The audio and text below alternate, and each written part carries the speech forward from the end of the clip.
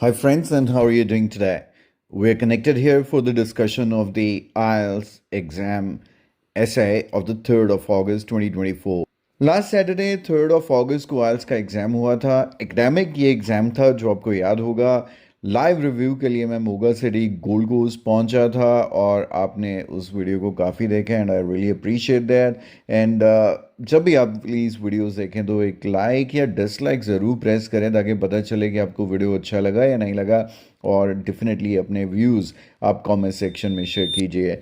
आज का video as promise कि मैं जल्दी ही आपके साथ सैम्पल आंसर भी शेयर करूंगा, तो उसी चीज़ को ध्यान में रखते हुए मैं ये वीडियो बना रहा हूँ। आप मेरे साथ अपने जिस किसी ने भी एग्ज़ाम दिया है वो अपने वर्क को कंपेयर कर सकता है।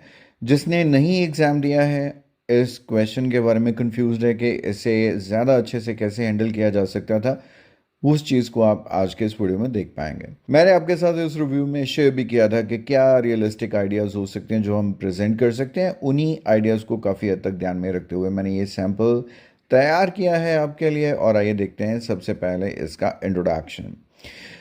आप में से जो नहीं जानते कि टास्क क्या आया था, मैं बता देता हूँ कि इन मैनी कंट्रीज़ क्या हो रहा है कि public parks and common places जो हैं आर बीइंग रिप्लेस्ड बाय बहुत हैरानी होती है कि ज़्यादातर स्टूडेंट्स पैसिव फॉर्मेशन समझ नहीं पाते हैं रीडिंग में, और ये रीडिंग में लो स्कोर आने का रीज़न है। और ज़्यादा पैसिव फॉर्मेशंस बना नहीं पाते खुद राइटिंग में, जिसकी वजह से राइटिंग में स्कोर अच्छा नहीं आता है। आर बीइंग होना, करना और होना। वैसे अपने छोटे होते जब इंग्लिश की पहली ग्रामर की क्लास ली होगी तो उसमें हम पढ़ते हैं कि क्रिया क्या होती है या वर्ब क्या होता है, या पंजाबी च कहते क्रिया की होंगी है किसी काम दे करण या होण नूं असीं क्रिया कहने हैं। किसी काम के करने या होने को क्रिया बोलते हैं। जब करना है that is an active tense, और जब होना है that is a passive tense. So this is a passive formation. Places are being replaced by gardens where fresh vegetables and fruits are grown. Thankfully मैंने 3-4 स्टूडेंट से बार बार इसीलिए मैं पूछता हूँ क्योंकि कई बार या हर बार एक्यूरेट इन्फॉर्मेशन एक स्टूडेंट नहीं दे पाता है। तो 2-3 बच्चों ने रिव्यू शेयर किया था, लेकिन एक बाद में जो लड़कियाँ मिली थी उनसे ज़्यादा क्लैरिटी मिली कि रिप्लेस हो रहे हैं लेकिन वहाँ पर गार्डन्स बन रहे हैं, क्योंकि पार्क्स एंड गार्डन्स काफ़ी हद तक सेम चीज़ लगती है, लेकिन पार्क्स को रिमूव करके वेजिटेबल्स एंड फ्रूट्स ग्रो करने के लिए गार्डन्स बन रहे हैं। फ़ायदे और नुकसान।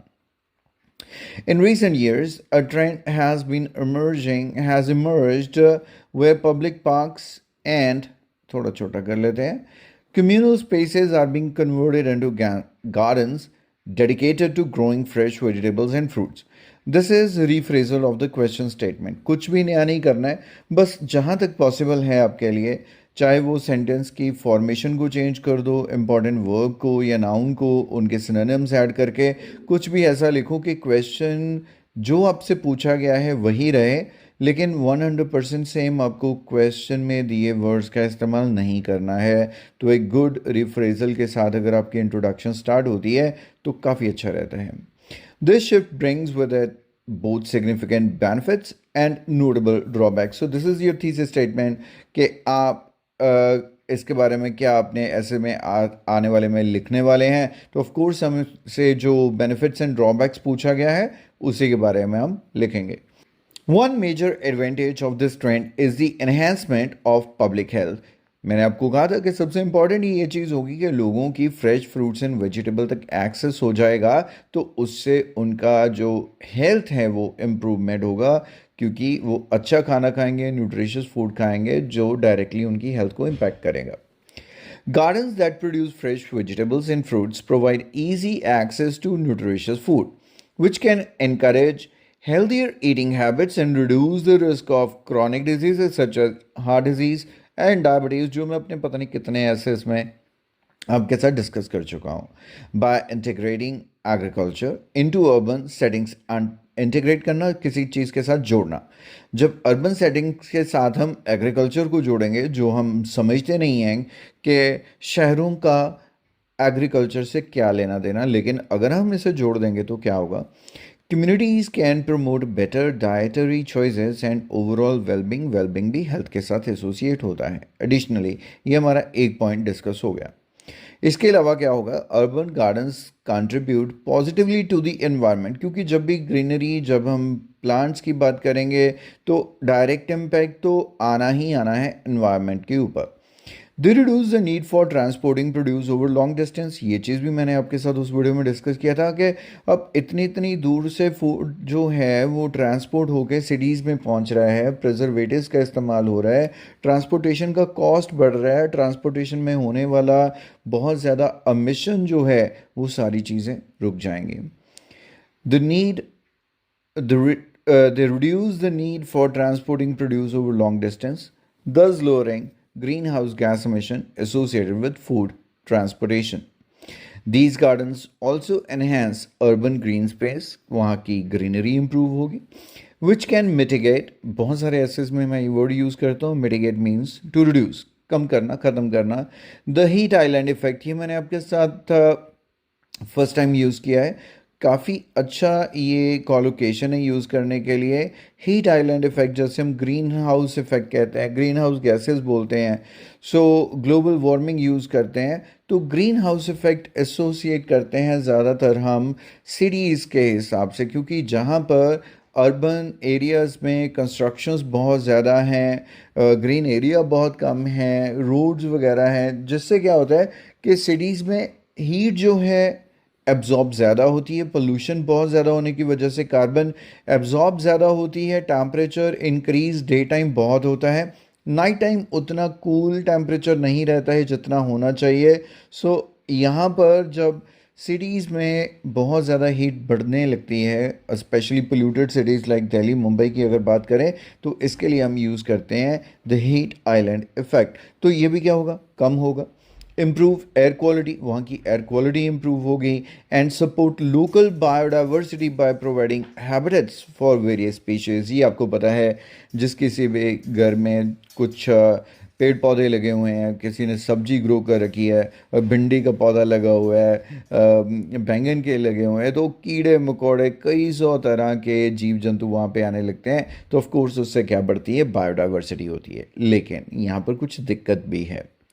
The replacement of parks with gardens has notable disadvantages. ये हमने एक लाइन से स्टार्ट किया है। The most significant is the reduction in recreational space, मतलब अब रिक्रिएशन के लिए जहाँ पर लोग जा रहे हैं, बच्चे खेलने के लिए जा रहे हैं, बूढ़े वॉक के लिए जा रहे हैं, लोगों के लिए टाइम स्पेंड करने के लिए जो रिक्रिएशन का जो स्पेस है पार्क्स के फॉर्म में, वो क्या हो जाएगा, कम हो जाएगा। Public parks offer essential areas for leisure activities, exercise, social gathering, आजकल वो लाफ्टर क्लब, वहाँ पे योगा हो रहा है, ये सारे चीज़ें क्या करती हैं, लोगों को जुड़ने का मौका देती हैं, कुछ एक्टिविटीज़ करने का मौका देती हैं। Their loss can impact residents' quality of life by limiting opportunities for outdoor recreation and relaxation. Of course उनका वेलबींग, ठीक है, हमने कहा कि अच्छा फूड खाएंगे सेहत अच्छी रहेगी, लेकिन उसी टाइम जब वो रिक्रिएशन या आउटडोर एक्टिविटीज़ में पार्टिसिपेट नहीं कर पाएंगे, क्योंकि बिग सिटीज़ में छोटे छोटे घर हैं, कोई ओपन एरिया नहीं है, ज़्यादातर लोगों को सांस गार्डन में जाके आती है, तो ये चीज़ कम हो जाएगी, जिससे उनकी क्वालिटी ऑफ लाइफ इफेक्ट होगी। Maintenance of these urban gardens also poses challenges. Post मतलब पुट, प्रेजेंट मतलब अब ये आपके लिए इनको मेंटेन करना भी बहुत बड़ा चैलेंज है, ये भी बात मैंने आपके साथ डिस्कस की थी। Gardens require regular care and intention, and without proper management they can become overgrown और निगलेक्टेड। ओवरग्रोन का मतलब होता है जिस पेड़ पौधे को, बेल को आप टाइमली काटेंगे नहीं तो जंगल बन जाता है, और निगलेक्टेड लगेगा। The lack of upkeep, upkeep मतलब कीपिंग, अपब्रिंगिंग मतलब जैसे ध्यान रखना किसी चीज़ का, और लैक ऑफ अपकीप मतलब अगर हम इनको ध्यान में नहीं रखेंगे, इनका मेंटेनेंस नहीं करेंगे, can lead to reduce garden productivity and aesthetic appeal. बहुत अच्छा वर्ड मैंने आपके लिए यूज़ किया है ताकि आपकी वोकैबुलरी इंप्रूव हो। हर ऐसे में पूरी कोशिश करो कि 4 से 5 या 6 से 7 अच्छे वर्ड्स का इस्तेमाल करो, लेकिन वो यूज़ करो जिन पे आपका अच्छा होल्ड है, आपको अच्छे से समझ है उनका पार्ट ऑफ स्पीच क्या है, आपको पता है कि एग्जैक्टली उस सेंटेंस में उसका क्या वज़न या क्या वैल्यू रहेगी, एंड मोस्ट इम्पॉर्टेंटली कि उसके करेक्ट स्पेलिंग क्या है। एस्थेटिक होता है बहुत ही ब्यूटीफुल, और फॉर एग्जांपल गोल्डन टेम्पल की बिल्डिंग होगी, ताजमहल हो गया, एस्थेटिक अपील है इसकी, तो ऐसी सिटीज़ बहुत ब्यूटीफुल लगने चाहिए, लेकिन अगर ऐसे वहाँ पर जंगल बन जाएंगे तो उसकी एस्थेटिक अपील जो है वो भी अफेक्ट होगी।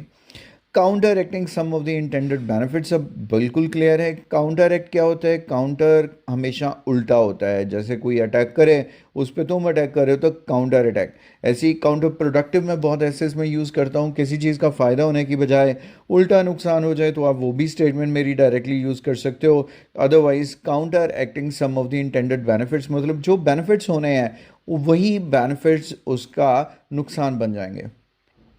Furthermore, not everyone can participate in gardening. Individuals who lack gardening skills or physical ability may not benefit equally from these spaces, leading to potential disparity in access to fresh fruits.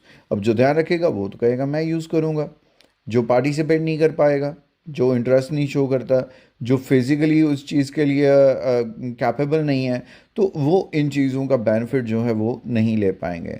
सो तो conclude करते हैं in conclusion, while converting public parks into vegetables and fruit gardens offer significant health and environmental benefits। ये दो चीज़ों की हमने बात की थी कि हेल्थ का भी बेनिफिट है, environment को भी बेनिफिट है। It also present challenges related to recreation space, maintenance and accessibility। लेकिन वहीं पर हमने दो तीन चीज़ों को कवर किया कि यहाँ पर चैलेंज भी है। तो हमेशा एक प्रपोजल के साथ आप अपना ऐसे ख़त्म कर सकते हैं जिसमें हम क्या कह रहे हैं कि बैलेंसिंग दीज फैक्टर्स, अगर हम इसे बैलेंस कर ले इज़ क्रूशल, फिर क्या हो जाएगा? To maximise the overall benefits of such initiative. Initiative होता है उपराला, उपराला कुछ नया करना, ये कुछ नया किया जा रहा है और अगर हम चाहते हैं कि इसके बेनिफिट्स जो हैं वो मैक्सिमम हो जाए, मैक्सिमम मतलब बहुत ज़्यादा हो जाए, लेकिन इसके एडवांटेजेस के मुकाबले डिसएडवांटेजेस कम रहे हैं, तो इसे हमें थोड़ा सा इन फैक्टर्स को बैलेंस करना पड़ेगा। तो कैसा लगा ये ऐसे का सैंपल आपको, और कैसी लगी ओवरऑल डेवलपमेंट ऑफ दी ऐसे? इसको आप बहुत और सिंपल लैंग्वेज में भी प्रेजेंट करके बड़े आराम से 6 बैंड ले सकते हैं। कुछ ऐसा या इससे ज़्यादा इम्प्रूव्ड वर्जन अगर आप बना लें तो आराम से 7 या बियॉन्ड का स्कोर ऑलवेज आप अचीव कर सकते हैं। आपको और बेटर हेल्प करने के लिए हम IELTS writing booster and IELTS speaking booster आपके लिए अवेलेबल करवाते हैं, जो ऑल टाइम मेरी ऐप पर अवेलेबल है। किसी टाइम भी मेरा ऐप डाउनलोड कीजिए। यहाँ पर आपको थोड़े टाइम में लिंक नज़र आने वाला है, डिस्क्रिप्शन में लिंक मिलता है, आपको मेरा व्हाट्सएप नंबर मिलता है। जब मर्जी आप मुझे रीच कीजिए। आप जाइए गूगल प्ले स्टोर पे आइल्स कोचिंग ऐप डाउनलोड करके एक छोटा सा पेमेंट है उसे करके अपने लिए for the next 6 months IELTS speaking and writing booster को अनलॉक कर सकते हैं। And the beauty is that it comes with free updates, जैसे ये ऐसे अगर उस बुक में नहीं है तो अभी क्या हो जाएगा, ये अपडेट हो जाएगा और सभी स्टूडेंट्स के पास एक नोटिफिकेशन आ जाता है कि आपके पास ये नया ऐसे आ गया है। आने वाले एग्ज़ाम को ध्यान में रखते हुए आप इसे भी रीड कर लीजिए। So this is how it works practically and we continuously help students in the IELTS test preparation. If you are new here, please subscribe the channel and continue to watch more videos on this channel. And the best would be कि आप playlist पे जिस भी particular module में आपकी दिक्कत है उस वीडियो को देखें और उस पर्टिकुलर मॉड्यूल की प्रिपरेशन मेरे साथ करें। And you are always a call away from me, और you can also make use of the comment section to reach me with your queries. Thanks for watching the video, dear friends. Bye bye for now.